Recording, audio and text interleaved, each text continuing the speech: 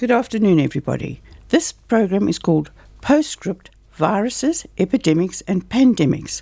It's coming to you from Arrow Radio 92.7 in the Wairarapa, New Zealand, and is presented by me, Margaret Crawford.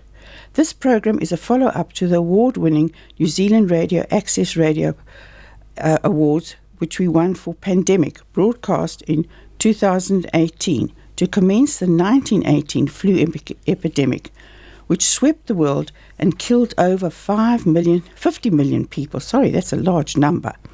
The program will cover what is a virus, the epidemics that have appeared since 1918 and their characteristics. Facts and details of the present coronavirus, now named COVID-19, will be discussed, and information on how New Zealand has prepared and made strategic plans should this develop into another pandemic, emphasising how far we've come since 1918.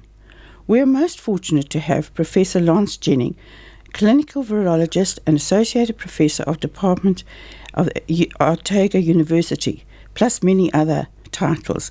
But while we wait for Professor to phone, should we have a little bit of music? So we'll start there.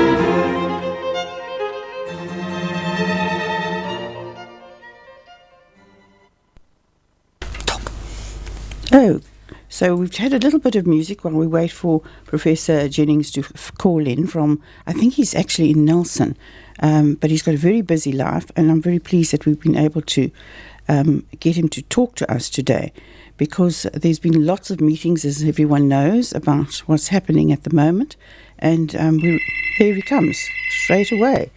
So, good.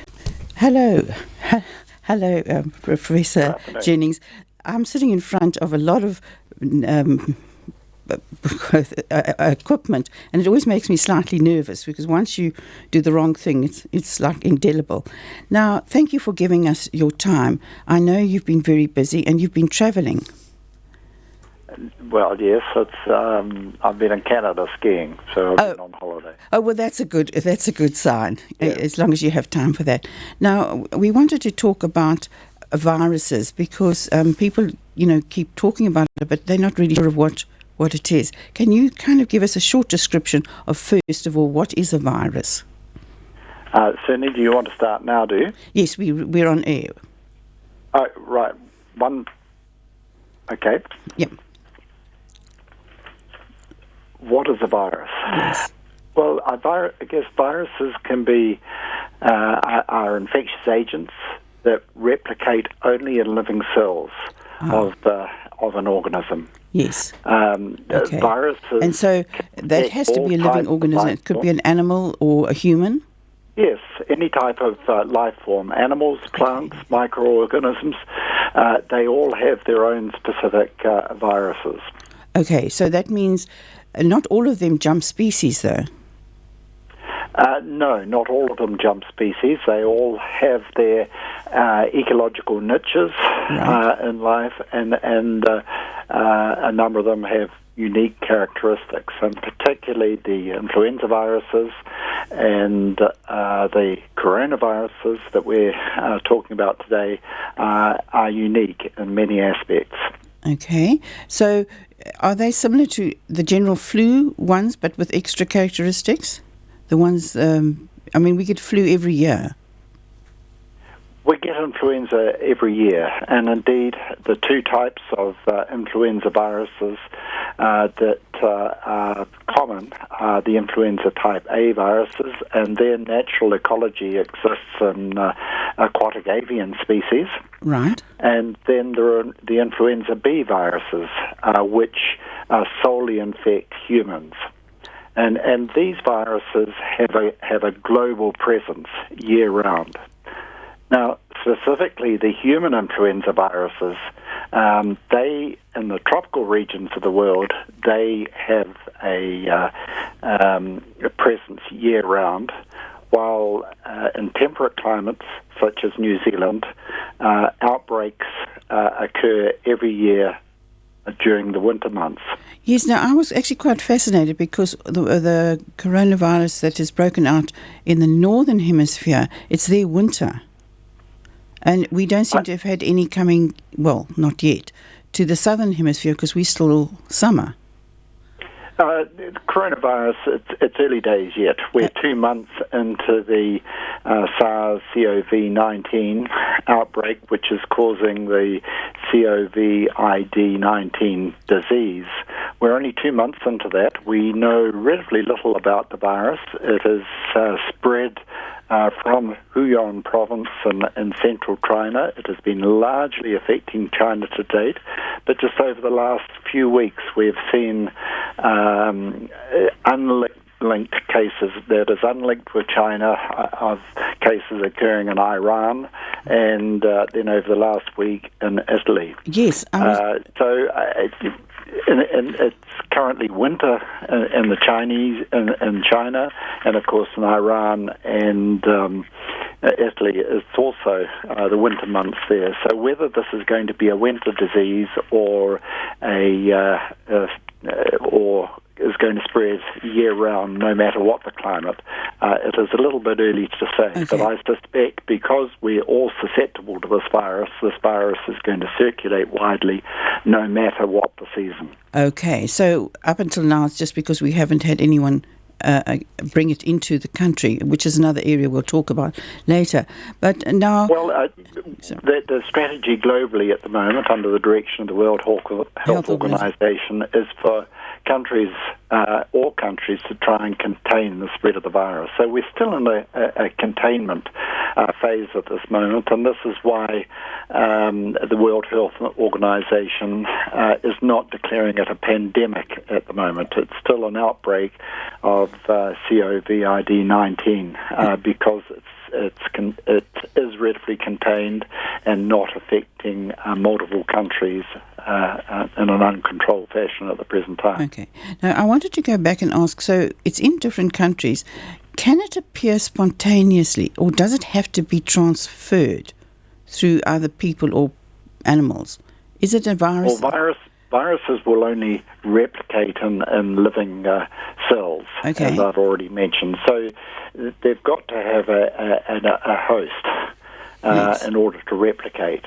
And so with respiratory viruses, influenza and the coronaviruses, for example, someone's got to be infected with a virus for it to be transmissible to someone else. So it's transmitted by small and large particle droplets that are exhaled when people talk or sing or cough or sneeze. Yes. But having said that, contamination of our environment by these viruses door handles and similar sorts of things. If the mucus is still wet after someone's touched a door handle with snotty hands that contains the virus can survive for a period of time. We don't know how long with coronaviruses, how long this virus will survive. With influenza viruses, we know they will survive for several hours on surfaces. And with the avian influenza viruses, their main mechanism of transmission is contamination of ponds on the duck flyways, and the virus in those environments can survive for months, several months, before it infects someone else. So you can have outbreaks even though it sort of seems to have passed through. It could spring up again after a period of time for those avian viruses. Is that what you're saying? Well, is that they're still alive? Well, they're not alive until they infect a cell. Okay. And that they have viruses have the potential of life. They are a small bit of RNA or DNA, the genome of the virus, which is protected by a protein coat. And once it gets into a living cell, it takes over the metabolic mechanisms of the cell to reproduce itself. And this is the sort of natural life cycle of viruses. So with the current coronavirus, what we are seeing are outbreaks in both Iran and Italy, where this original source has not been identified. All other cases globally, introductions to country, the epidemiologists have been able to identify who has introduced that virus into that environment. Whereas now what we're starting to see is the virus starting to pop up. And so presumably this is because people have travelled through there carrying the virus and exposed members of that community, and it's starting to spread. Yes. Now, can it be alive in a person before they show symptoms? Yes, it can. Okay, so... indeed, the Diamond Princess on that cruise ship, yes, everyone was screened quite frequently, and amongst the healthy passengers, I think at one stage they found 48% of those people who had no symptoms to actually be positive for the SARS coronavirus. So what we do know is that this virus has a 2 to 10 days on average incubation period. Right. And during that period, the virus is replicating in an individual, but the individual isn't showing any symptoms. Okay. And then after the incubation period, the patient will develop symptoms of high fever, respiratory sore throat, cough, and have difficulty breathing. Those are the most common symptoms associated with this virus. At that stage, they are able to shed the virus to other people. We believe that during the incubation period as well, that transmission to susceptible people is possibly occurring as well. So perhaps this is why we've seen people coming from China are being held up or being screened at the airports, but they could still be carrying it. And I gather there was a talk on the radio this morning from our Ministry of Health saying that information is given out to all passengers to be aware that it could be 2 weeks before they show symptoms. So everything seems to be trying to show that you've got to take care, that it's not because you don't show the symptom, you could still be a carrier. Very much so. Okay. And this is surprisingly in New Zealand at the present time, there are 5,000 people as of yesterday who are in self-quarantine. As many as that? People have taken the advice and have put themselves into quarantine because of potential exposure, either returning from affected country or believing they've been exposed to someone with the virus. And that's done voluntary at this point? Done voluntary. Yes. Well, that's a good sign. I heard also how many planes do come in from China. I think there's an average of up to 5 a day in both Auckland and in Christchurch. So there's still people coming in. Well, of course, there are also people coming in. There are direct flights from China, from the affected areas into Fiji, for example. This is why that it is border management is so incredibly difficult when you get an outbreak like this. Yes, and yet we keep thinking we're an island. We can probably contain more than just cross borders for instance, Europe. In theory, yes, we can. And the example was the 1918 influenza pandemic, where American Samoa, strict quarantine was observed, and the 1918 pandemic virus did not enter for about 4 years into that country, whereas Western Samoa, New Zealand was responsible for public health for Western Samoa, and quarantine was broken, and the virus introduced there later in 1918, and about 30% of the population died at that time. I know they were one of the worst. That's a good example of quarantine will work in islands, but in larger continental masses, and islands as large as ours, is so incredibly difficult because we're part of the wider world, and we're just so dependent on trade and potential supplies. And movement all the time. But it's not only airways, it's also ships that come in, and yachts, and all sorts of other kinds of ways in. You know, we always think you only come to New Zealand on a plane, but you don't. There's other ways too. There are other ways, and since the SARS outbreak in 2003, I saw a figure that travel to New Zealand has increased tenfold. Really, as much as that? Now, you're mentioning SARS. Can you just give... We're jumping around some of the questions, but it seems to be leading on. We've had how many which of the significant outbreaks have we had this century? Well, this century, the only pandemic we've had is the 2009 influenza H1N1 PDM09 outbreak, or the so-called swine flu. And that is an influenza A virus. It's a triple reassortant virus, we believe emerged in Mexico, and it contains both avian, pig, and human components. And that virus had the ability to be transmitted to move out of the animal reservoir into humans, and have the ability to be passed from human to human. Fortunately, people 65 years and older had residual antibody from previous H1N1 viruses that have circulated. Okay. So the greatest burden of that pandemic was in the younger age groups, and not the elderly. Well, I think, wasn't there a bit of a thing about the 1918 flu, that there'd been previous flu epidemics, and some people were immune to the really heavy impact of the second wave because they had been exposed to the first wave or previous influenza during that period before. I think Professor Rice talked about that at one stage. That's right. There was some evidence that there was a mild first wave that provided protection for those people who've been exposed to that.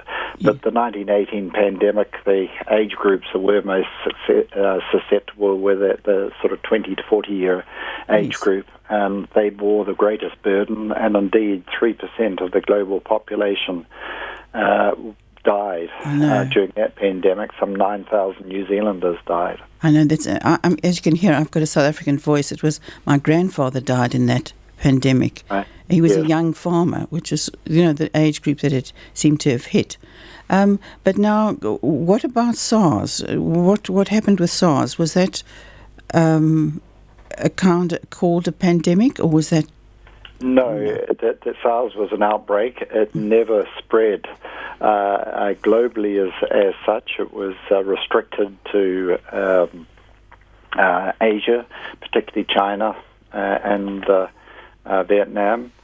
And we believe this virus was a bat virus, the Chinese horseshoe bat, which, because of the eating habits of Chinese, the demand for wild meat. This virus and the wet meat markets have contained multiple species of different animals. We believe this virus has crossed from a bat and got into the palm civet cat population. Yes, and these palm civet cats are farmed in China and then brought into the markets, and we believe they became infected and the virus was amplified in them, and that was the source for the human infections in the Guangdong province in 2003, and then it spread from there. This virus largely replicated in the intestine and lower respiratory tract. It wasn't an efficient respiratory virus. So those people that were primarily infected were healthcare workers, healthcare professionals. So we saw these massive outbreaks in the healthcare settings. And healthcare professionals, once they used invasive techniques on these patients, were trying to putting tubes in and trying to resuscitate them, that generated aerosols that transmitted the virus to the healthcare workers. So infection control protocols, observance of quarantine infection control, controlled the spread of that virus. Right. And then MERS? MERS coronavirus, yes. Once again, that is a bat virus that has been transmitted to camels. And that is a virus that is restricted to the Arabian Peninsula and Saudi Arabia and that part of the world, the Middle East, and is largely transmitted by young camels, and those people being largely affected are the older age groups, but once again in the healthcare setting we've seen substantial outbreaks of this particular virus. And of course, yes, of this particular virus in that setting. Yes. Well, the 1918 one, I mean, was that an avian one? They weren't always sure, are they? Because it started in Kansas, where there were farms in that vicinity of the soldiers' camps. So I know they've now identified the virus in 1997. Has it got any characteristics that are similar to any of these others? Well, the 1918 virus is a fascinating virus. Of course, fossil records of viruses are we're really restricted to access analysis of their genomes. Yes. But the virus has been reconstructed. Yes, you are correct. Kansas is fought in Kansas, where U.S. military personnel were housed, was one possible source. But another possible source was central China, and with the movement of Chinese workforce into the U.S. through that period, the virus may have been introduced from China. And the third possible source is on the Western Front itself, and there is a theory that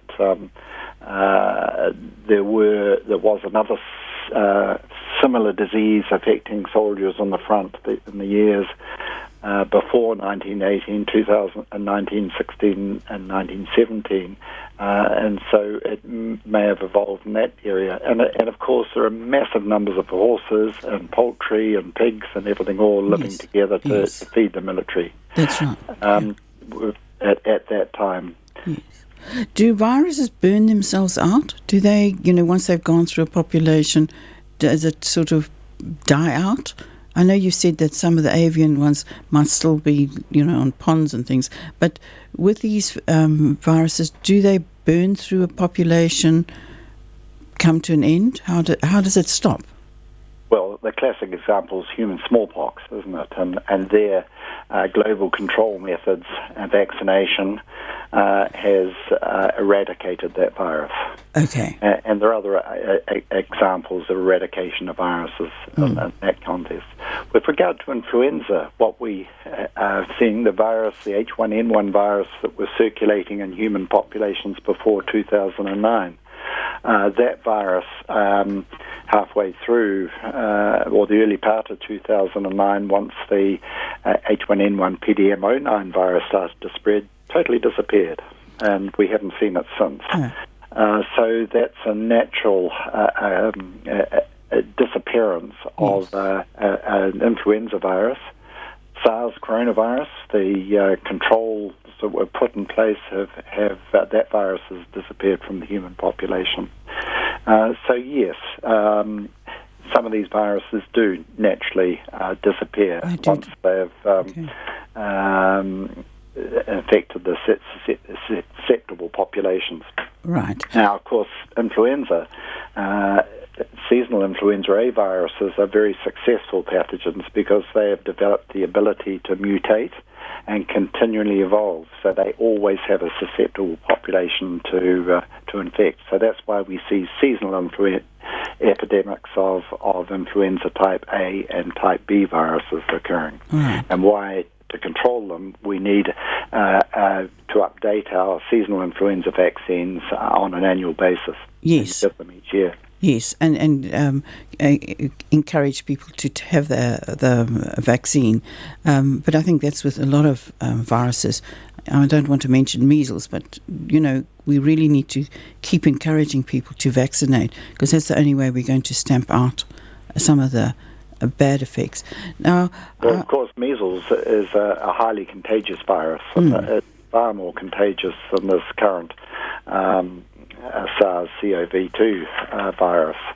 The ability of the current virus to transmit what we call the replication number, or R0 of the virus, is about 1.5 to 3. So for every person that's infected and the virus is transmitted, it's transmitted on to between 2 and 3 other people. So the outbreak will continue. If it's the R0 is less than 1, well, then it's going to disappear. Okay. This in comparison to influenza, which is about 1.3, and SARS was about 2. Whereas measles virus is in the order of 18. Wow, so that's a huge number. Yes, it's a huge number, and that's because that virus is airborne transmitted, and infected individuals, when they cough and sneeze, the virus remains suspended in a room. So if a patient goes to a general practitioner and coughs and sneezes while he's in the waiting room, that virus will remain there for a matter of hours, and anyone who is susceptible afterwards who comes into that waiting room will be infected. Yes, will be infected. Now, whereas with this virus, coronavirus, it's small and large particle droplets, exposure to individuals who are infected, who cough and sneeze over you, and these droplets usually fall to the ground. So if you're more than a metre away, you're less likely to be affected. Yes. By the airborne, the small and large particle droplets. Right, yes. Now, before we come to an end, because I see our time's going on, mortality rates. Now, have they got a mortality rate for this virus yet, or is this still so unknown that we haven't really reached a point of saying, there's the mortality rate of, 2%, or, because I saw somewhere 2 to 3%? Of those who've been infected. Well, that's right. It is. There are estimates of the case fatality rate, and the WHO, the World Health Organization, has a 2% estimate of those people who are infected. Yes. It will be higher. That most of the cases, 80% of the cases that are people over 60-year-olds, and those people 80 years and older, it's about a 15%. Oh, really? As high as that? So this is quite high. Okay. And then most of the people who are dying from this virus have comorbidities. They've got cardiovascular disease, diabetes, or chronic respiratory condition. Right. So it's the older age groups that are being more severely affected, who are ending up in hospital and are being severely affected by virus infection. Gosh, you've given us so much information, and I want to really thank you for giving your time. It's an ongoing story. It's not going to be finished tomorrow, and I'm going to encourage people to keep up to date looking at the World Health Organization updates and also our Ministry of Health. They've got some very good ways of keeping you informed. And we're going to carry on after a little bit of music to talk about what, we as individuals in the community can do. And I have, as I say, a nurse with me, and she's quite good on her infection control and things like that. So I want to thank you once again, and enjoy your skiing if you get a chance again. Thank you very much. Bye. Thank you very much. All right, bye. Goodbye. I'll put this on.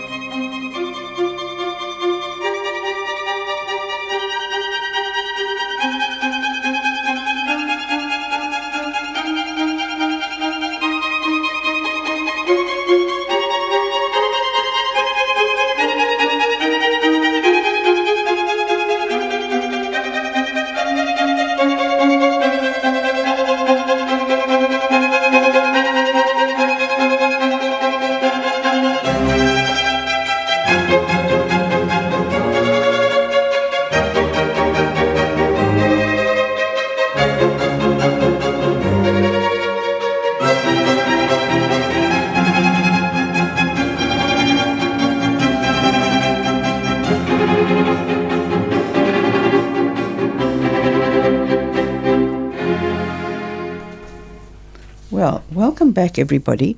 We've been talking about viruses, and I hope you've all learnt a huge amount. For us laymen, or lay persons, we're not laymen, we're lay persons, we are going to ask a lot of questions in the next few weeks about viruses, and I hope you'll keep in mind what Professor Jennings has told us. Now, I want to introduce you to Marilyn Donkin. She has agreed to come and talk to us. We were going to talk about what you individually can do and how prepared are we here in New Zealand. Marilyn, have you been following how things are going? Yes, I have. We actually have a daughter who has been teaching in Macau, and she has been back 3 weeks because all the schools, churches, the casinos have all been closed in Macau in preparation for the spread of this virus. So she's been back here self-isolating for the first fortnight. It looks, and she said that everybody has been really on the ball over there about keeping themselves isolated from large gatherings, and most of the shops are all closed. It came on the back of Chinese New Year, so in some ways it was quite well timed that people could just carry on not going to work. But most of the shops are all closed apart from the supermarkets, and people can get food delivered, online. But it's been quite interesting talking to her about, how I think the Chinese are quite on the ball since having the previous outbreaks of yes, SARS. It was very interesting when Professor Jennings said that several of them came from China. Yeah. I think there's a lot to do with the business of the mixing with animals and the wet markets. And the wet markets and the number of people. Close, and they're close to the animals. Yeah. That was a big thing. And she said, it was interesting talking to her, that I said that when we had the previous epidemic, the outbreaks of SARS and H1N1, that hand sanitizers started to appear on entrances into supermarkets, schools. And she said they are there all the time. If you go to order your McDonald's, while you're waiting for your order, there's hand sanitizer there, and so you're washing your hands before you start to eat. So they're quite, and all the children at school, before they have their meals, they have to go and wash their hands. When they come back from the playground, they wash their hands, and they're quite. It's just a habit that they've all got and they're into. very aware of it now. Yeah. I think that's what we suddenly realise, that each time we have one of these outbreaks, I'm not going to call them pandemics or epidemics. I'm going to call them outbreaks, because obviously I thought SARS and them were pandemics, but they're not. The outbreaks. That we learn something. Now the World Health Organization has a 4-point or 6-point. No, it's got a 6-point plan of how to deal with these emergencies and these health issues. And the first one is awareness and surveillance, keeping a track of where these things are outbreaks. And here in New Zealand, we have a very extensive, if I may show everybody, this very large book, which, that's the wrong way around. Is that the way? Yes? No, I've showed the wrong way. Which is called the New Zealand Influenza Pandemic Plan, a framework for action. Now, I want to first of all thank our local library, because she printed it for me, because it's 200 pages. And I have sat and studied it and really found it most interesting, because New Zealand has put in place and they first wrote it up in about 2002. So each time there's been an outbreak, they've revised it. But a lot of it was based on the 1918 flu and what the learnings were. So in my other program on pandemic, which Professor Rice took part in, they acknowledge him, because he's a historian, but he recorded how it spread and what were the characteristics. And so a lot of the plan echoes those kind of recommendations. And you've mentioned basic health things. So that's the one thing that, if you notice now, we're getting a lot of encouragement in quite subtle ways. Sometimes it's a discussion on a TV program like Seven Sharp, and they'll talk about washing of hands. Hand washing. They did a very good demonstration there, I thought, because often you forget your fingertips and your thumbs and the backs of hands, actually. Yes. And I'd forget what they did. They didn't. I don't know if they had a wee song or something, but quite often people have to sing Happy Birthday. I think a lot of the kids at school are told to sing that through while they're washing their hands. Does that give them the time? That gives them the time, because it should be a minimum of 30 seconds, I think. Well, it's not my quick splash under the tap and off we go. Yes. So basic health things. The other thing that New Zealand has done, because it's now it's got 9 phases, which I shall read out. It says, plan for it, keep it out, stamp it out, manage it post-peak, transition to recovery, and recovery. So we're really planning for it. So there's a lot of surveillance and working with World Health Organization. You remember that old Professor Jennings mentioned World Health. They're doing a lot of updating, and as I say, if you really want to keep updated, go onto their regular. It's about every day they have an update with maps and plans and where. So that's things on the World Health Organization. That's on the World Health Organization. So New Zealand's keeping contact with them, and very closely with Australia.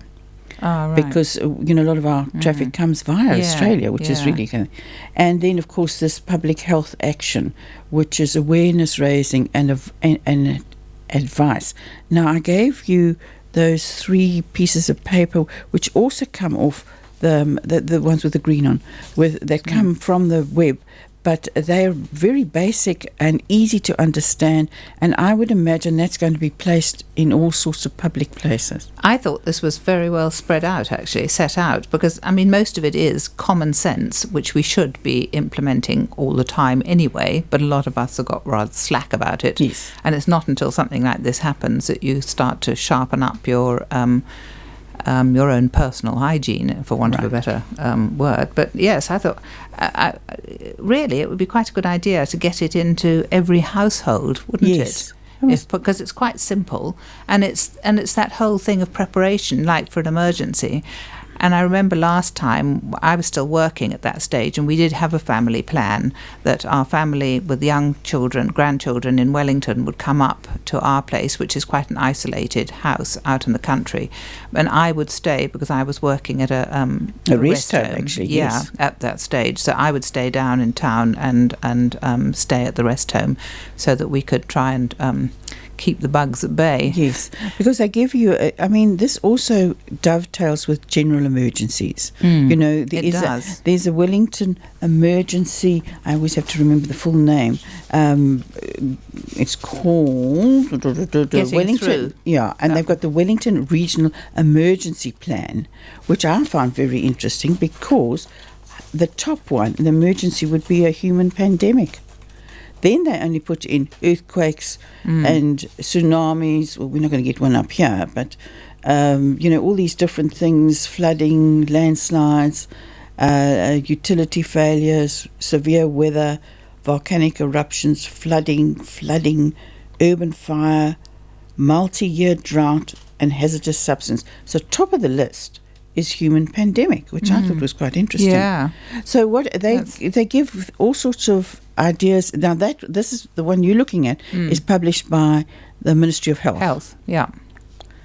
And they say, have a plan, set up your emergency kit, hygiene, that's basically hand washing and other things you can do, which is having masks and learning to, the masks are fine as long as they're changed, because once they get soggy, they're more infectious than if you didn't have one on at all. And they only last about an hour or two at a time.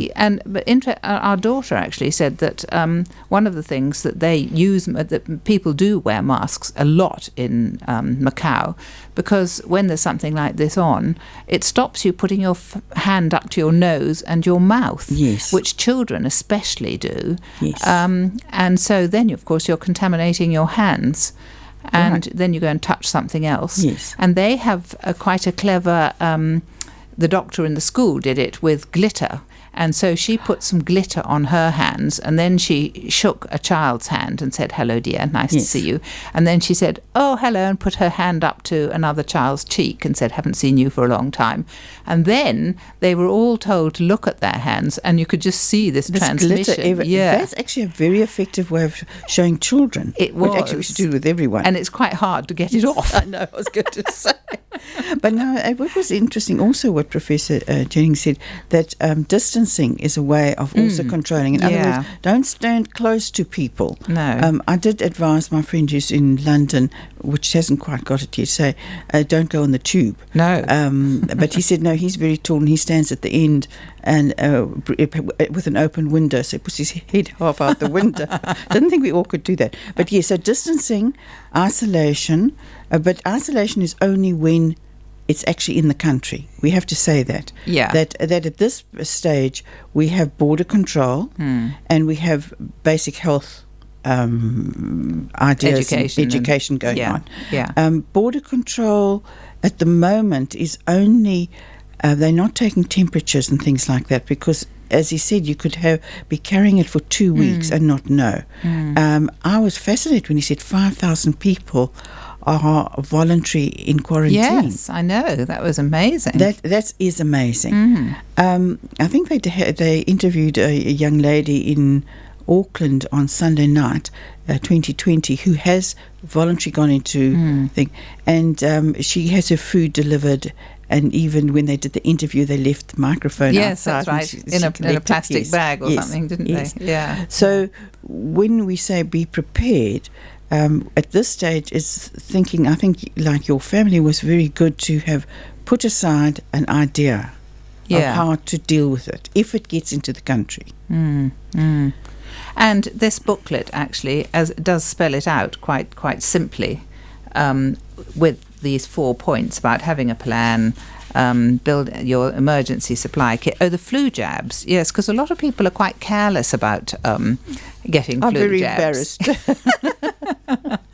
And they say, "Oh, well, I never get the flu," or "I have had it and it's given me the flu." but actually, it's really important with all that. I mean, just like Professor Jennings was saying about measles and things. Yes, you know, vaccination is a barrier. Got rid of smallpox through vaccination. Yeah. And the hygiene, and if you work from home or run your own business, you might need to think about, you know, a few plans as to how to manage if it gets into your community. Well, I think that's the other thing that comes up in this very large plan of the New Zealand influenza pandemic plan is businesses need to look at what would happen if half of their workforce couldn't come to work. So there's a lot of that. So the end part of that plan goes into all the different agencies that get involved, you know, including various ministries and things that you would never think of. The health ministry is the key one if it's a pandemic, but all these others come in, and also the government can have powers to enforce quarantine and close schools. Yeah, we're far from that at the moment. And actually, just seeing it says you may want to talk to your insurance provider about your cover, because I heard today from a friend who was going to Thailand that she's cancelled the trip because the insurance won't cover if she gets anything if she goes there. Yes, I think that's something very serious. I think I would be very wary of travel to the east at the moment. Just be careful, like all things. When they go on from keep it out, so we're into border control. So I suppose we're in phase 2 already, but these phases can overlap. You know, so you can have awareness and public health, which is planning for it, keeping it out. And then is the stamp it out. That's when it's actually in the country. And that's when you mentioned, you know, having your emergency things. Kit. Yeah. And that's isolation or quarantine. Now, quarantine, I noticed in Italy, they have closed off towns. They've actually literally, and they've called out the civic guard to prevent people going into town. So here, our civil defence could come into play. Yes. So you've got to think quite laterally of how all this works. Yeah. And then all the different things, if it's in the country, managing it is powers that could be invoked, like civil defence, medical care. Now, it was interesting when he said that it's older people who are already compromised that are the more at risk. So as a nurse, how would you look after somebody who has it but hasn't got the complications at home? At home, yes. I suppose you would keep them in there. Is this for an older person, or is anybody? Yeah. Well, you could isolate them in a bedroom with hopefully access to a bathroom, and it's hand washing more than that is the crucial thing. I mean, just at home you could actually. So that you kept all your equipment for that person in their room. You could put on an old shirt when you went in to, give them a hand with having a wash or those sorts of things. Yes. And just keep that in the room, but make sure you don't touch the outside of it. You put on gloves. I mean, if you can get gloves, but all those sorts of things are getting a bit hard to get hold of, like. We're not going to start a panic here. No, we're not starting a panic. But no. I mean, hand washing actually, I think, sometimes is better than gloves because you can give you a sort of false sense of security. I think so too, actually. And, you take all the equipment into the person in the way of, jugs of water or the stuff they're not going to be eating much anyway. Yes. When they're in a sort of, fairly sick phase. So you can actually look after them. In fact, I think it's better to look after them at home unless they need respirators and things like that. That's right. Because in a hospital you're exposing them to a whole lot of other things, aren't you? That's right. Exactly. I think that was one of the findings of the in review of the 1918. They gathered people together in makeshift hospitals. That's right. Yes. And they actually got very ill, but they were. I mean, it was a very virulent. It was virus. a virulent strain, and especially hitting the young. Yes. Yeah. And I think think the other thing that we must remember that today we have antibiotics and Yes. we have different types of medical care. Although I was quite interested, what one of the viruses he was talking about was it SARS that was in your intestines. Yes, I hadn't realised that. You know, this is why you speak to experts. You hear all these sort of different things. So yes, so but you wouldn't be doing that at home. You know, I was just thinking. I remember my brother had yellow jaundice, and he was isolated in the house and had separate, things. And then my sister got it. Right. So heaven knows, I think she went in and used to sit in his bed pretty quietly. So there was something that passed on. But yes, you can do this at home. Yeah. So if we have to sort of start ending up soon, Marilyn, what would you say? I mean, Well, I think the main been thing through this is before. not to panic, Yes. to look at all the available literature and just work out a plan. And that thing of getting ready for a flu pandemic, have a plan, setting up your emergency kit, hygiene, keeping clean, and the other things that you can do in the way of careful disposal of tissues. Yes. Those sorts of things. It says in that, actually, put them in a plastic bag, but we're going so plastic free. I know. It might be better to put them into a cardboard box and burn it later, where Yes. that would get rid of it Would completely. get rid of it, yes. I noticed that, it's like there was pictures of people walking around, I think it was somewhere in Wuhan or something, with big plastic bags over themselves. And my first thought of pollution. Yes. We've got now pollution. We've got large plastic bags or a plastic bottle that cut out and put over their face, Yeah. these sort of things. Yeah. But yes, but be sensible. Yes. Don't panic. But I would keep saying to people, if you are concerned, speak to your doctor, speak to a health worker. Don't get into a panic. It is spreading, and we have lots of people looking after us. And every day there's more stuff coming out on guidelines, how to look after yourself. Get your flu injection, speaks me, and don't all rush for everything, because we will look after you. And I also think of all the voluntary ways people will care for each other. Exactly. And So- I think our community is really rich in that sort of yes, we aspect. are very lucky in the Wairarapa. We have a lot of groups that will make meals and drop them off or whatever. So don't panic. That's our big thing. Absolutely. So Yeah. thank you, everybody. Hope you found this Thank you, interesting. Maggie. All right. Bye. Bye.